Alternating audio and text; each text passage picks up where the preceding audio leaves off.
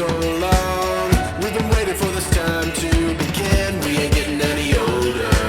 I kinda feel a little younger.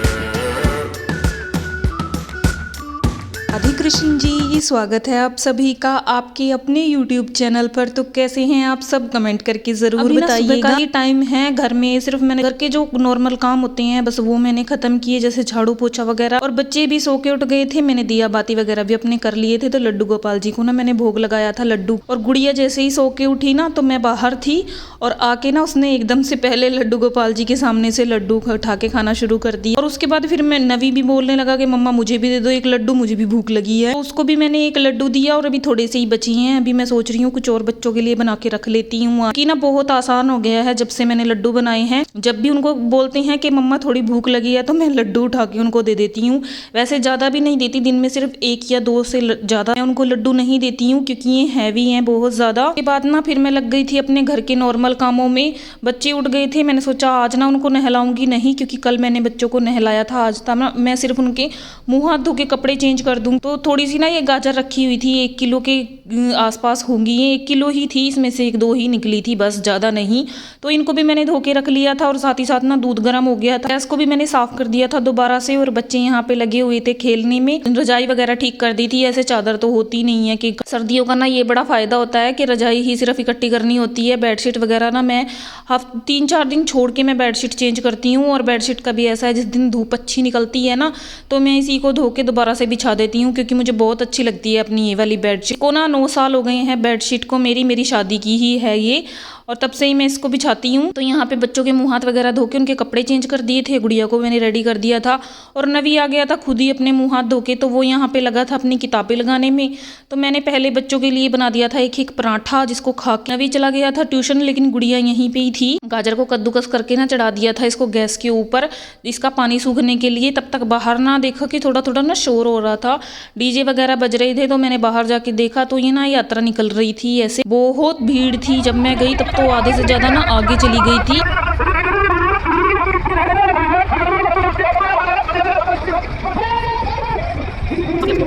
तो उसको देखने के बाद अंदर आए हम, तो यहाँ पर ना दीदी आ गए थे मेरी और उन्होंने कमांड ले ली थी अपने हाथ में, मुझसे ले ली थी उन्होंने कड़ची के, तुम हटो इसको मैं बनाती हूँ।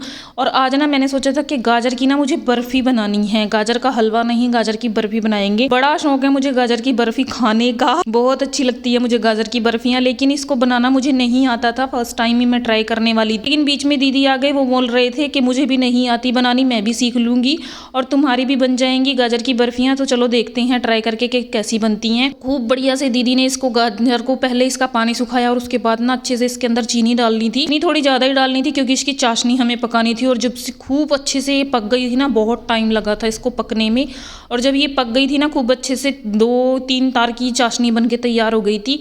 फिर इसको नीचे उतार के इसके अंदर डाला खोया और फिर इसको खूब अच्छे से घोटना शुरू कर दिया था मेरी दीदी ने। आप लोग हाथ देख रहे हैं कितना फास्ट चला रही थी, इतना फास्ट नहीं था, ये मैंने स्पीड की हुई है। उसके बाद दीदी ने डाल दिया था इसको थाली के अंदर। इसके अंदर ना पहले ही मैंने घी और थोड़ा थोड़ा सा ना नीचे मैंने खोया में डाल दिया था और इसको ना खूब अच्छे से फैला के ना थाली के अंदर रख दिया था इसको 4 से 5 घंटे के लिए सेट होने के लिए। बीच में आके ना मैंने इसको हल्का सा सिर्फ कट लगाए थे और बाकी कुछ नहीं। तो कढ़ाई को अच्छे से साफ कर लिया था चम्मच के साथ, इसको छोड़ दिया था सेट होने के लिए और मैं लग गई थी अपने दूसरे कामों।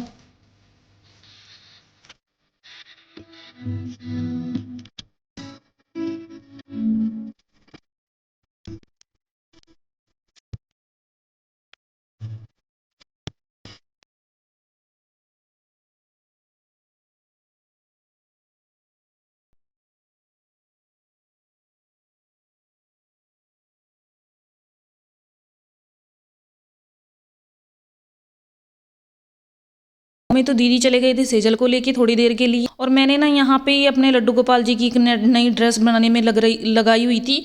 तो इसको बैठ के मैंने तो ये इतनी बन के तैयार हो गई थी, लेकिन ना मुझे थोड़ी छोटी लग रही थी ये इसका घेर। तो मैंने सोचा कि इसको थोड़ा सा और बड़ा करती हूँ, तो वो मैंने आराम से बैठ के इसको बड़ा किया। और ये देखिए 2-3 और मैंने इसके घेर बनाए। उसके बाद ये मुझे कंप्लीट लग रही थी, अच्छी लग रही थी ड्रेस। बच्चे लगे थे बाहर खेलने में।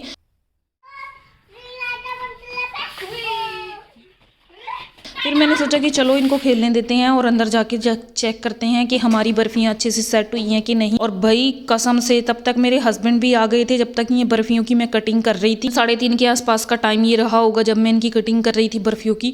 और इतनी अच्छी बनी थी ना, ये बहुत अच्छी बनी थी। शेप थोड़ी इधर उधर हो गई थी, 2-4 अच्छी निकली थी, बाकी आड़ी टेढ़ी हो गई थी, लेकिन बहुत टेस्टी बनी थी। मेरे बच्चों को भी बहुत पसंद आई।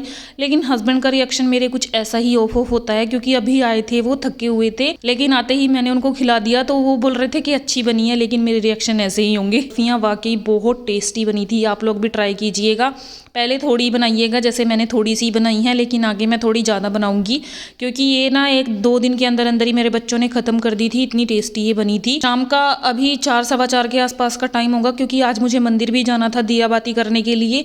तो आज मैंने खाने की तैयारी थोड़ी जल्दी कर दी थी। एक तरफ मैंने खीर चढ़ा रखी थी बनने के लिए, क्योंकि आज मेरा व्रत है तो भोग में खीर हो जाएगी। दूसरी तरफ ना वैसे तो दोपहर में मैंने दाल बनाई थी, वो रखी हुई थी, लेकिन हस्बैंड बोल रहे थे कि कुछ और भी बना लो, तो शिमला मिर्च रखी हुई थी ये 3-4 मेरे पास। फिर मैंने सोचा कि इन्हीं को भर के बना देती हूँ, भरवा शिमला मिर्च हो जाएगी। तो पहले तो ना शिमला मिर्च को अंदर से खाली करके उसको खूब अच्छे से फ्राई कर लिया था, और उसके बाद मसाला भूनने के लिए मेरे पति देव आ गए। उन्होंने मसाला भून के तैयार कर दिया था, और फिर फटाफट से ना मैंने शिमला मिर्च को भर के इसी सेम कढ़ाई के अंदर बिल्कुल सिम गैस करके छोड़ दिया था पकने के लिए। 2-4 मिनट के अंदर ये पक के तैयार हो जाएंगी।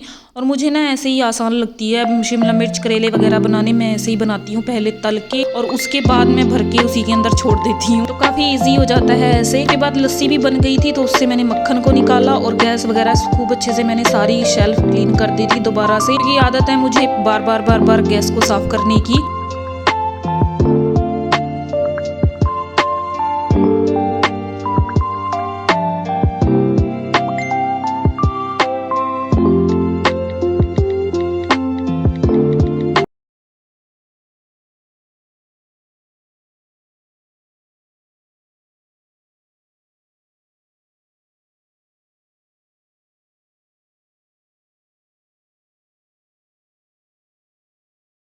तो उसके बाद ये कुछ एक बर्तन हो गए थे, उनको मैंने धो दिया था, बड़े बड़े थे ये काफ़ी। फिर मैंने सोचा कि इनको ना धो के रख देती हूँ, फिर काम में ना काफ़ी आसानी हो जाती है। क्योंकि आज ना मुझे मंदिर जाना था, तो पहले मैंने सोचा कि मंदिर चली जाती हूँ दिया जगाने के लिए, और उस वहाँ से आने के बाद घर पे आके दिया बाती करूँगी।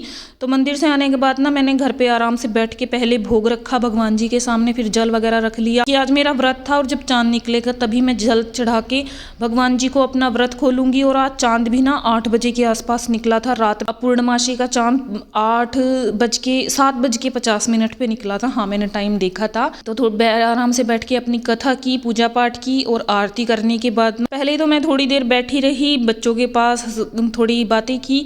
लेकिन फिर मैंने सोचा कि ये चाँद अभी तक नहीं निकला है, तो मैंने ना बच्चों के लिए और हस्बैंड के लिए खाना बना दिया था। क्योंकि ना बच्चों को भी मेरे 6-6:30 बजे खाना खाने की आदत है, जल्दी वो खा लेते हैं। तो फिर मैंने चाँद को ना देखते हुए ना पहले मैंने अपने लड्डू गोपाल जी को भोग लगा दिया था। मक्की की रोटी बनाई थी मैंने, मेथी वगैरह डाल के, धनिया और मेथी डाल के। तो मक्खन के साथ पहले अपने ठाकुर जी को और लाडली जी को भोग लगाया, और उसके बाद बच्चों को भी दे दिया था खाना खाने के लिए। तो अभी ना बच्चे भी थोड़ा थोड़ा मक्की की रोटी खाने लग गए हैं।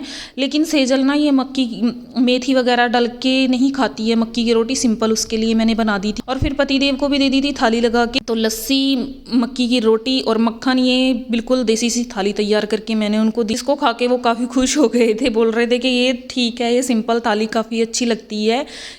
पनीर तो मेरे हस्बैंड को बिल्कुल भी पसंद नहीं है, इसीलिए पनीर मैं तभी बनाती हूँ जब वो घर पे नहीं होते हैं। तो ये लड्डू गोपाल जी की भी रोटी थोड़ी ठंडी हो गई थी, इसको मैंने गर्म करके दिया थोड़ा सा हल्का सा उनको। और जब तक मैं इनको खाना वगैरह खिला रही थी, इतनी देर में चांद भी निकल गया। आज ना चांद कुछ ऐसा ही था, एकदम से बादल आ रहे थे, फिर हल्का सा चांद दिखाई देता था। तो चांद को प्रणाम किया, फिर अपने ठाकुर जी को भोग लगा अपना व्रत खोला। तो ये मेरा सिंपल सा व्लॉग, उम्मीद करती हूँ आप सभी को अच्छा लगा है, पसंद आया है। तो please like, share and subscribe to my channel. मैं मिलूंगी आप सभी से एक नए व्लॉग के साथ, तब तक के लिए राधे राधे।